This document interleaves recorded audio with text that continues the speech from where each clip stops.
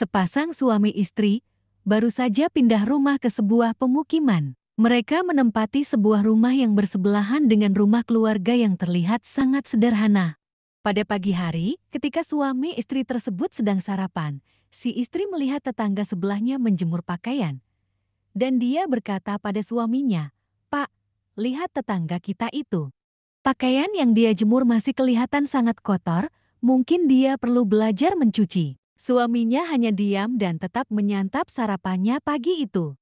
Keesokan harinya, si istri kembali berkata pada suaminya ketika melihat tetangganya sedang menjemur pakaian.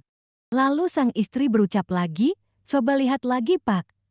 Tetangga kita benar-benar gak bisa mencuci, pakaian yang dicuci terlihat sangat kotor. Mungkin dia perlu belajar cara mencuci yang benar dan perlu mengganti sabun cuci yang dia pakai." Dan kembali suaminya hanya terdiam mendengarkan celoteh istrinya.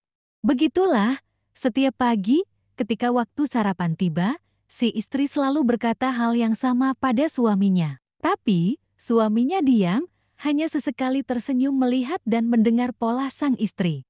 Sampai pada suatu pagi ketika hari libur tiba, seperti biasanya sepasang suami istri tersebut sarapan. Tapi aneh kali ini, si istri berkata pada suaminya, "Pak, lihat tetangga kita. Cuciannya bersih sekali, barangkali dia sudah belajar cara mencuci yang benar. Siapa ya yang kira-kira sudah mengajarinya?"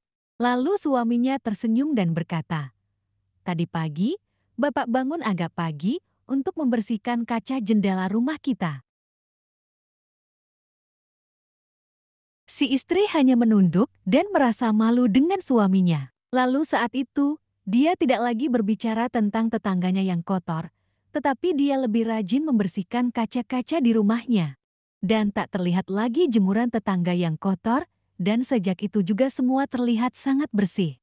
Sahabatku yang terkasih, mungkin kita juga seperti si istri tersebut menilai pakaian tetangga kotor, padahal kaca rumah kita yang lama tak dibersihkan. Seperti hati kita, mungkin alangkah baiknya dibersihkan dulu.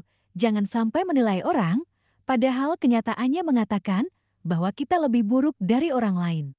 Belajarlah berkaca terlebih dahulu, jangan sampai perkataan yang keluar dari mulut kita melukai perasaan orang lain. Seperti tertulis di dalam Alkitab, janganlah ada perkataan kotor keluar dari mulutmu, tetapi pakailah perkataan yang baik untuk membangun di mana perlu, supaya mereka yang mendengarnya beroleh kasih karunia.